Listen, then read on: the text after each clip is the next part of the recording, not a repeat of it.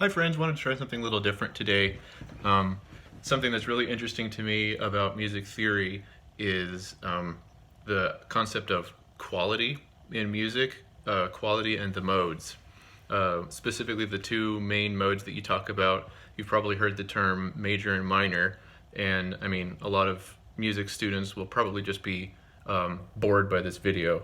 But I thought it would be a fun thing for people that don't know as much about music theory and the terminology that's used, and this is a really useful one to know.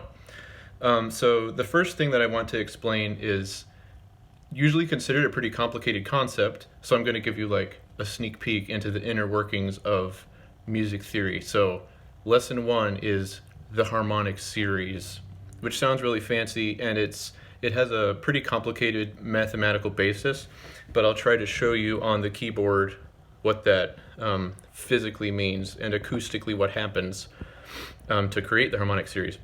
So anytime we play a single pitch, C, it's a solid note right there. And how many pitches would you say are contained in that note?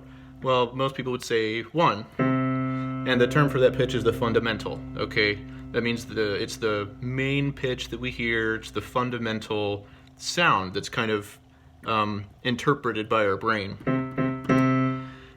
But really what's happening when we hear a sound that is, a pitch rather than noise, that doesn't sound pleasant to our ears. It sounds very dissonant.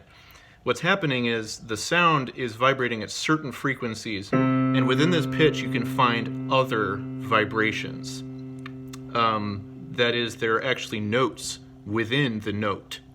And so if we start down here, the notes that are contained in the note C, I'll move this over. So we play C.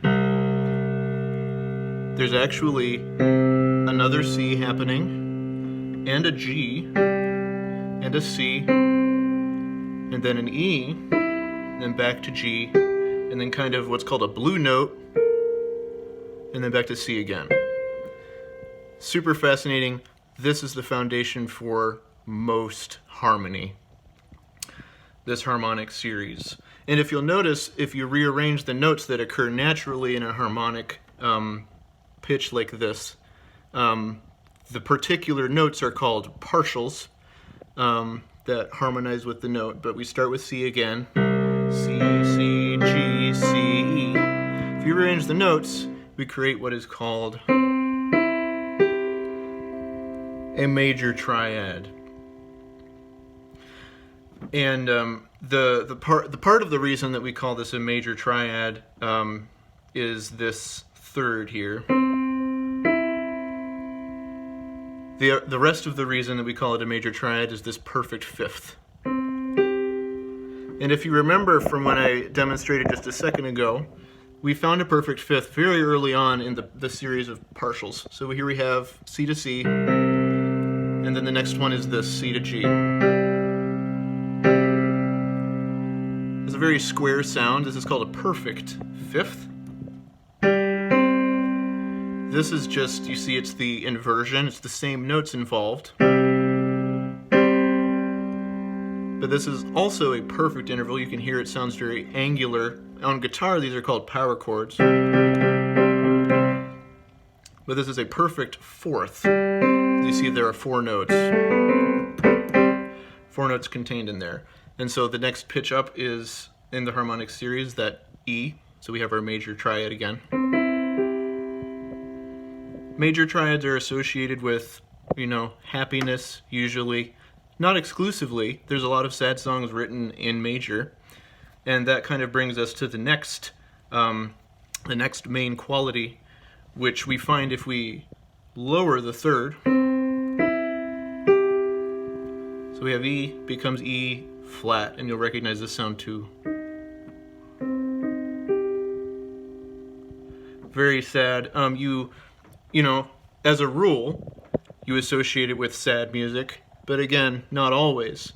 And you probably recognize this mostly from the famous song that nobody knows they know, which is Also sprach Zarathustra by Richard Strauss. That's this one.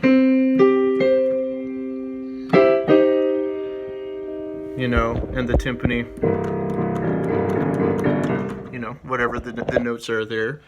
That's a pretty good illustration of the difference between major and minor. It's a very stark contrast. What becomes even more interesting is when you start to add extra notes. So we have these 2/3 initially that make up a C major triad, right? Or rather 3 notes. I don't remember what I said. Or minor.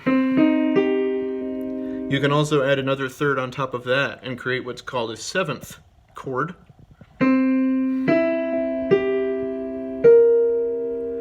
These get used heavily in jazz and blues and even, more extended harmonies. You just stack thirds and it creates a very harmonically pleasing and interesting, rich sound. So once you have this bass line of the major and minor triads, you can change these 7ths to be all kinds of things. So you have this very brilliant major 7 chord. Like we said, the jazzy major minor or dominant 7. We have the spy chord, which is a minor major 7. And then the last one is the minor 7. Much more mellow sound, probably the least intense of the 7 chords, in my opinion. Very easy to listen to. It kind of has, if you notice, what happens when we start doing 7 chords is they begin to have triads stacked on triads or within triads. So if you notice, we have our C major. My hand is shaking because it's tired. Sorry about that. Let's swap hands, huh? We have a C major chord, and here's our E minor chord. We stack those on top, and that creates our C major 7. I think it's really amazing the way all of this gets derived from our harmonic series.